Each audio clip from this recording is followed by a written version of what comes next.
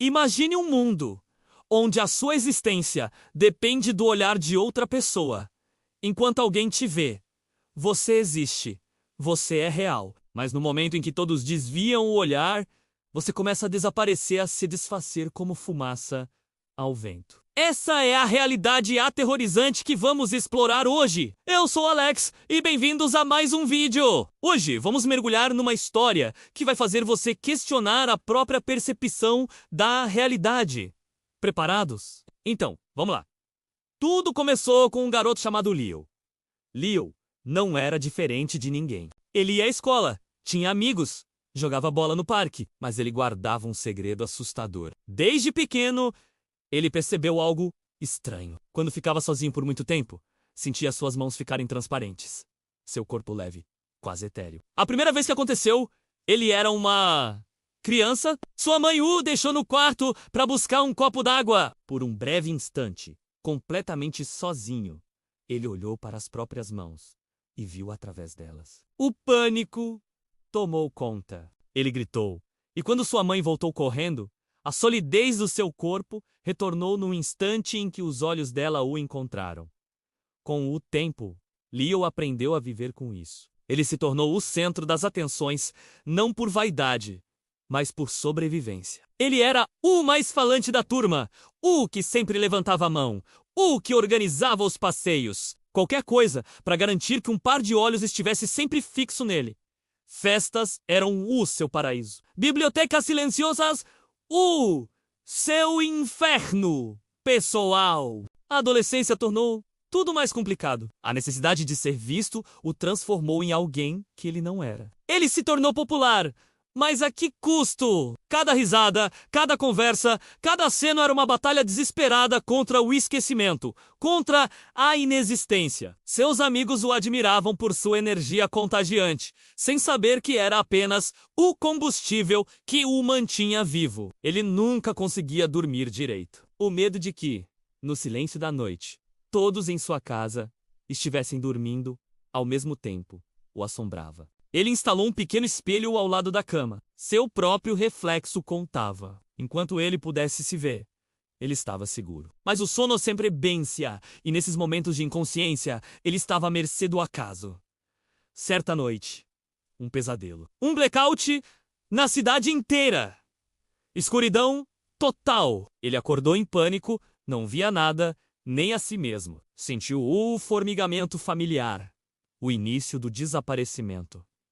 Seu corpo começou a se desfazer. Ele gritou no escuro, um grito silencioso de alguém que já não tinha mais substância. Foi salvo pelo latido do cachorro da família, que acordou seus pais. A luz da lanterna do celular do pai trouxe de volta, pedaço por pedaço. Ele estava tremendo, encharcado de suor frio. A partir desse dia, Leo decidiu que precisava de uma solução permanente. Ele não podia mais viver nessa corda bamba existencial. Ele começou a pesquisar, a procurar por outros como ele. Haveria mais alguém no mundo amaldiçoado com essa condição? Sua pesquisa o levou a fóruns obscuros na internet, a relatos antigos de pessoas fantasma. Ele encontrou a história de uma mulher do século XIX, uma artista que só pintava autorretratos, centenas deles espalhados por sua casa, para que sempre houvesse um par de olhos, mesmo que pintados, a observando. Mas ela desapareceu mesmo assim. Os relatos diziam que um incêndio consumiu sua casa e todas as suas pinturas. Sem nenhum olhar para sustentá-la, ela simplesmente deixou de existir. Essa história o aterrorizou, mas também lhe deu uma ideia.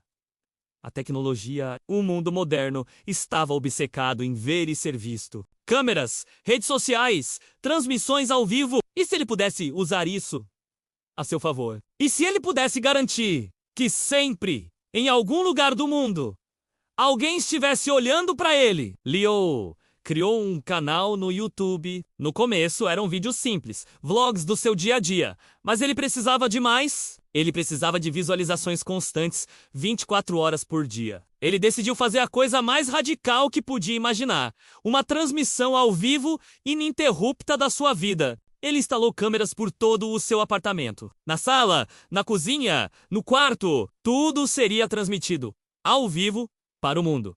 O nome do canal era simples e direto: Eu Existo. No primeiro dia, algumas dezenas de pessoas assistiram, curiosas. No segundo dia, centenas. No final da primeira semana, ele tinha milhares de espectadores simultâneos a qualquer hora do dia ou da noite. Pela primeira vez em sua vida, Leo sentiu uma segurança real. Ele podia dormir profundamente, sabendo que milhares de olhos anônimos ao redor do globo U estavam mantendo sólido, real. Ele trabalhava, comia, conversava com amigos online, tudo sob o olhar atento do público. Ele se tornou uma celebridade da internet.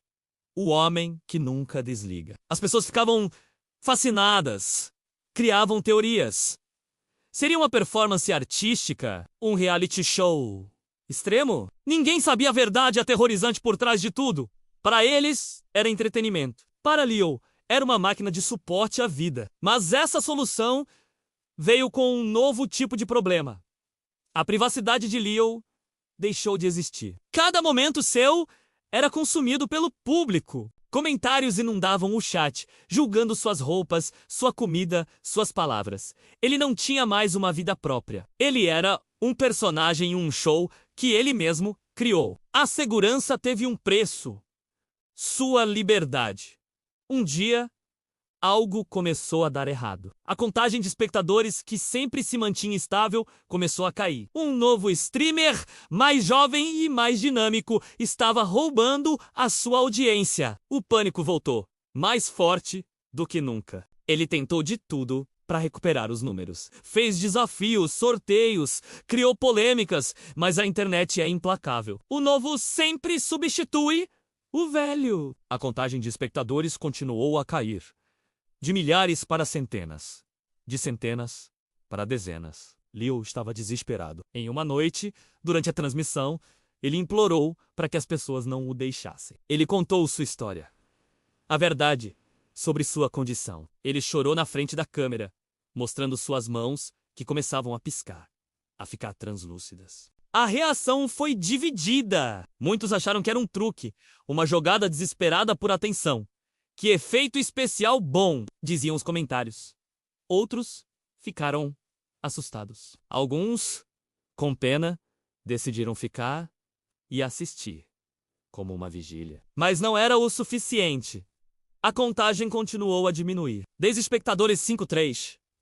Então, ele teve uma última ideia. Uma ideia terrível e brilhante. Se ele não podia garantir que o mundo o visse, talvez ele devesse criar alguém que nunca desviaria o olhar. Ele começou a estudar inteligência artificial e robótica. Passou meses codificando, construindo. O público restante assistia, confuso, enquanto ele montava peças de metal e circuitos em seu apartamento.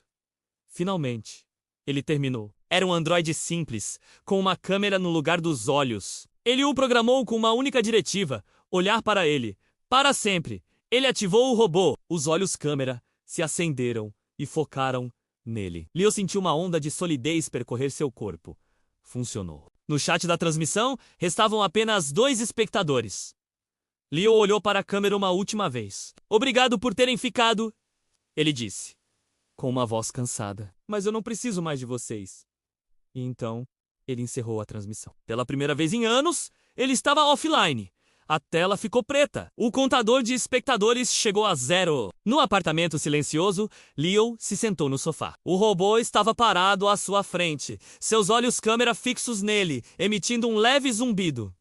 Leo estava seguro. Ele estava sólido. Mas quando ele olhou ao redor, para o seu apartamento vazio, para o silêncio que não era mais preenchido por milhares de vozes anônimas, ele percebeu uma nova forma de terror. Ele não estava mais desaparecendo, mas ele estava completamente sozinho, preso para sempre, sob o olhar frio e sem vida de uma máquina que ele mesmo criou. Ele trocou a ameaça da inexistência pela certeza de uma prisão solitária.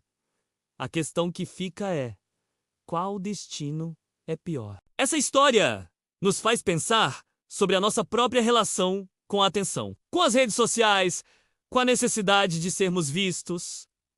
Até que ponto vamos para nos sentirmos existentes? E o que sacrificamos no processo. Se você gostou dessa viagem, não se esqueça de deixar o seu like, comentar aqui embaixo o que você achou dessa história e, claro, se inscrever no canal para não perder os próximos vídeos. Compartilhe com aquele amigo que vive online, talvez ele se identifique. Obrigado por assistirem e até a próxima.